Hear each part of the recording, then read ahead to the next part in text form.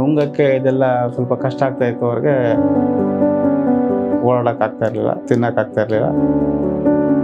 ಮುಂಚೆ ಬಿಡಿ ಇದೆಲ್ಲ ಇಳಿಸೈತೆ, ಅದು ಬಿಟ್ಟು 20 ವರ್ಷ ಆಗಿದೆ ಮೇಡಮ್.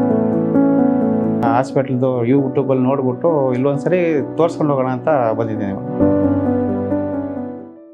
ನಮಸ್ತೆ ಮೇಡಮ್, ನಮ್ಮ ಹೆಸರು ಸೋಮು ಅಂತ ಮೇಡಮ್. ನಾವು ಚಾಮರಾಜನಗರದಿಂದ ಬರ್ತೀವಿ. ಪೇಷಂಟ್ ನಮ್ಮ ತಂದೆಯವರು ಮಹಾದೇವ ಅಂತ, 80 ಆಗಿದೆ ಮೇಡಮ್. ಡಿಸೆಂಬರ್ಲಿ ಗೊತ್ತಾಯ್ತು ನಮ್ಗೆ. ಅವರು ಸ್ವಲ್ಪ ನುಂಗಕ್ಕೆ ಇದೆಲ್ಲ ಸ್ವಲ್ಪ ಕಷ್ಟ ಆಗ್ತಾ ಇತ್ತು ಅವ್ರಿಗೆ.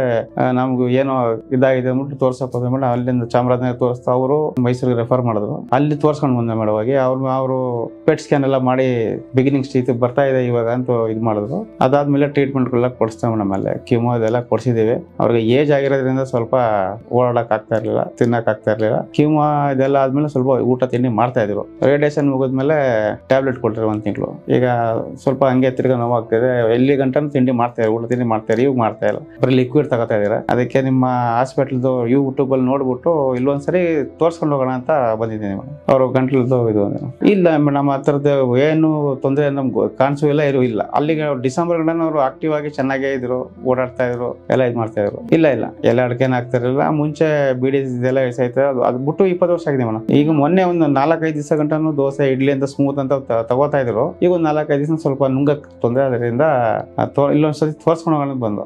ಇಲ್ಲ ಮೇಡಮ್, ಯಾರಿಗೂ ಇಲ್ಲ. ಕಂಡೀಷನ್ ಬಗ್ಗೆ ಹೇಳಿದ್ರು, ಈ ರೀತಿ ನಿಮ್ದು ಇದಿದೆ, ಮಾತ್ರೆ ಕೊಡ್ತೀವಿ, ಡೋಸೇಜ್ ಜಾಸ್ತಿ ಕೊಡೋಕೆಲ್ಲ ಸ್ವಲ್ಪ ಕಿಡ್ನಿ ಪ್ರಾಬ್ಲಮ್ ಇದೆ ಅಂತ ಹೇಳಿದ್ರು. ಈಗ ಒಂದ್ಸರಿ ನೀವು ಕಿಮೋ ಅದು ಕನ್ಸಲ್ಟ್ ಮಾಡ್ಬಿಡಿ ಮೈಸೂರಲ್ಲಿ. ಅವ್ರು ಟ್ಯಾಬ್ಲೆಟ್ ಕೊಡ್ತಿದ್ರು ವಸ್ತು, ಅದನ್ನ ಕಂಟಿನ್ಯೂ ಮಾಡಂಗಿದ್ರೆ ಮಾಡ್ಲಿ, ಇಲ್ಲ ಅಂದ್ರೆ ಇದನ್ನ ತಗೊಳ್ಳಿ ಅಂತ ಹೇಳಿದ್ರು. ಒಂದು 3 ವಾರ ತಗೋದ್ಕೊಳ್ಳಿ, ಆಮೇಲೆ ಸ್ವಲ್ಪ ಊಟ ತಿಂಡಿ ಮಾಡ್ಬೋದು ಅಂತ ಹೇಳಿದ್ದಾರೆ. Okay, thank you.